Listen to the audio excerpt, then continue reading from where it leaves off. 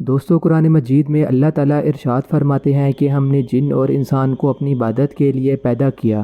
اس آیات مبارکہ سے بہت سی باتیں واضح ہو جاتی ہیں کہ جنات بھی اللہ تعالیٰ کی پیدا کردہ مخلوق ہیں جنہیں صرف اللہ تعالیٰ کی عبادت کے لیے پیدا کیا ہے، اور یہ بھی کہ جنات انسانوں کی طرح عقل اور شعور رکھتے ہیں اور انہیں فیصلے کا بھی اختیار دیا گیا ہے، چاہے تو کسی بات کو مانیں یا چاہے تو انکار کر دیں۔ مگر روز قیامت ان کا بھی انسانوں کی طرح حساب و کتاب لیا جائے گا اور ان کے اعمال کے مطابق ان کی پکڑ اور گرفت ہوگی۔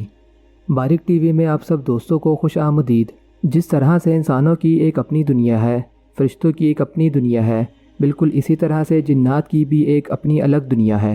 یہ جنات وہ تمام کام کرتے ہیں جو ہم انسان کرتے ہیں، مگر اللہ تعالیٰ نے جنات کا اور ان کی دنیا کا انسانوں سے پردہ رکھا ہے۔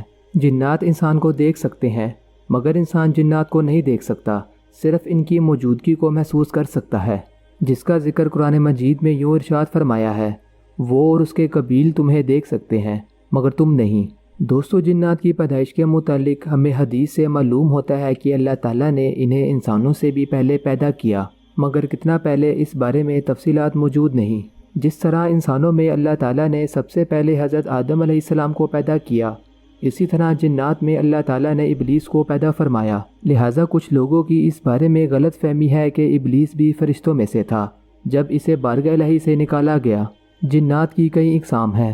جو جن اپنی اصل شکل اور حالت میں موجود رہتے ہیں انہیں جنی کہا جاتا ہے، جبکہ جو جن انسانوں کے ساتھ رہتے ہیں انہیں عامر کہا جاتا ہے، جبکہ جو جن انسانوں کو تکلیف دیتے ہیں انہیں ارواح کہا جاتا ہے، اور جو جنات غلیظ اور برے ہوتے ہیں انہیں شیاطین کہا جاتا ہے، اور یہ جنات غلیظ اور ناپاک جگہوں پر رہنا پسند کرتے ہیں۔ دوستو، جنات کی ایک ایسی قسم جو سب سے زیادہ طاقتور اور شرارتی ہوتی ہے، ایسے جنوں کو افریق کہا جاتا ہے، اور ایسے افریق قسم کے جن کا ذکر ہمیں حضرت سلیمان علیہ السلام کے قصے میں بھی ملتا ہے، جس میں افریق جن نے حضرت سلیمان علیہ السلام کو ملکہ سبا کا تخت لانے کی پیشکش کی تھی۔ دوستو، جنات بھی اپنی صلاحیت کے لحاظ سے 3 قسم کے ہوتے ہیں۔ ان میں سے ایک قسم کے جن ایسے ہوتے ہیں جو زمین پر نہیں رہتے بلکہ ہوا میں اڑتے پھرتے ہیں، اور دوسری قسم کے جن بچھو اور سانپ کی شکل میں زمین پر موجود ہوتے ہیں، اور تیسری قسم کے جن کبھی قیام کرتے ہیں اور کبھی آگے نکل جاتے ہیں۔ ایسے جنات کو ہم بھوت پریت کہتے ہیں۔ دوستو، یہاں یہ بات آپ کے لیے حیرت کا باعث ہوگی کہ انسان کبھی بھی جنات کو اپنی دنیاوی آنکھوں سے نہیں دیکھ سکتا جب تک کہ وہ کسی جانور کی شکل میں سامنے نہ آ جائیں، مگر کچھ جانوروں کی اقسام ایسی ہے کہ جو جنات کو دیکھ سکتے ہیں۔ ان میں کتے اور گدھے شامل ہیں۔ جہاں تک جنات کی شادی کا تعلق ہے، اس کا ذکر ہمیں قرآن مجید میں سورۃ الرحمن میں ملتا ہے، جس میں اللہ تعالیٰ ارشاد فرماتے ہیں کہ مومنوں کے لیے جنت میں حوریں موجود ہوں گی جسے نہ کبھی کسی انسان نے نہ کبھی کسی جن نے چھوا ہوگا۔ لہٰذا اس آیات مبارکہ سے یہ پتہ چلتا ہے کہ جنات بھی ازدواجی تعلق قائم کر سکتے ہیں۔ دوستو، اگر اس کے بعد جنات کی موت کے متعلق بات کریں تو انہیں بھی انسانوں کی طرح موت آتی ہے، مگر صرف ایک جن ابلیس، جس کو اللہ تعالیٰ نے یہ مہلت دے رکھی ہے کہ وہ قیامت تک زندہ رہے گا اور اللہ تعالیٰ کی مخلوقات کو بہکاتا رہے گا۔ اور اس سے مزید یہ کہ جنات کی عمر انسانوں سے کافی زیادہ ہوتی ہے۔ جنات کا مسکن اور رہنے کی جگہ زمین ہے جہاں ہم انسان بھی بستے ہیں، مگر یہ ویران اور سنسان علاقوں میں رہنا پسند کرتے ہیں، جبکہ کچھ خبیث جنات غلیظ جگہوں پر رہنا پسند کرتے ہیں، جیسا کہ بیت الخلا، شراب خانہ یا کسی بھی گناہ کی جگہ پر یہ موجود ہوتے ہیں۔ یہی وجہ ہے کہ جب انسان غصے میں ہوتا ہے تو یہ جنات انسان میں داخل ہو جاتے ہیں اور اس شخص سے غلط کام کرواتے ہیں۔ اس کے علاوہ قبرستان اور ویران جگہ ان جنات کی پسندیدہ جگہ ہوتی ہیں۔ یہاں یہ بات غور کرنے کی ہے کہ مسلم جنات اور کافر جنات کی رہنے کی جگہیں الگ الگ ہیں، کیونکہ مسلم جنات زیادہ تر پہاڑوں اور چٹانوں پر، جبکہ کافر جنات غیر آبادی اور ویران علاقوں میں موجود ہوتے ہیں، جس کا حوالہ ہمیں ایک حدیث سے بھی ملتا ہے۔ ایک مرتبہ حضور اکرم صلی اللہ علیہ وآلہ وسلم چند صحابہ کے ہمراہ ایک سفر پر تشریف لے گئے۔ حضور اکرم صلی اللہ علیہ وآلہ وسلم رفع حاجت کے لیے تھوڑا دور تشریف لے گئے۔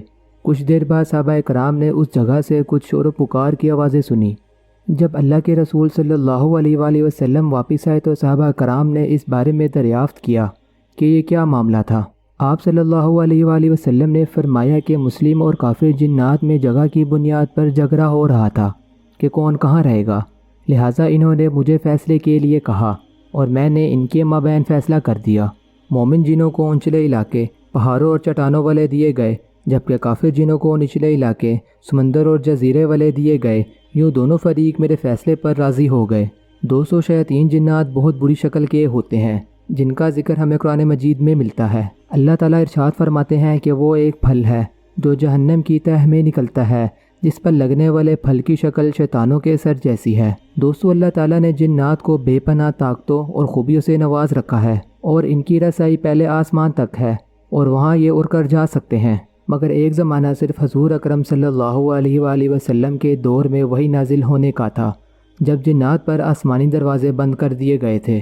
اس کے علاوہ جنات بڑی بڑی تعمیرات بھی کر سکتے ہیں جن کا ذکر ہمیں حضرت سلیمان علیہ السلام کے دور میں ملتا ہے، جب اللہ تعالیٰ نے جنات کو حضرت سلیمان علیہ السلام کے تابع کر دیا تھا۔ دوستو شیاطین جنوں کی ایک خصوصیات جو ہمیں حدیث سے معلوم ہوتی ہے، اور وہ یہ کہ جنات انسانوں کے جسم میں خون کی طرح دوڑ سکتے ہیں۔ اس کا مطلب یہ کہ ہم جو بات سوچتے ہیں وہ بات جنات معلوم کر سکتے ہیں۔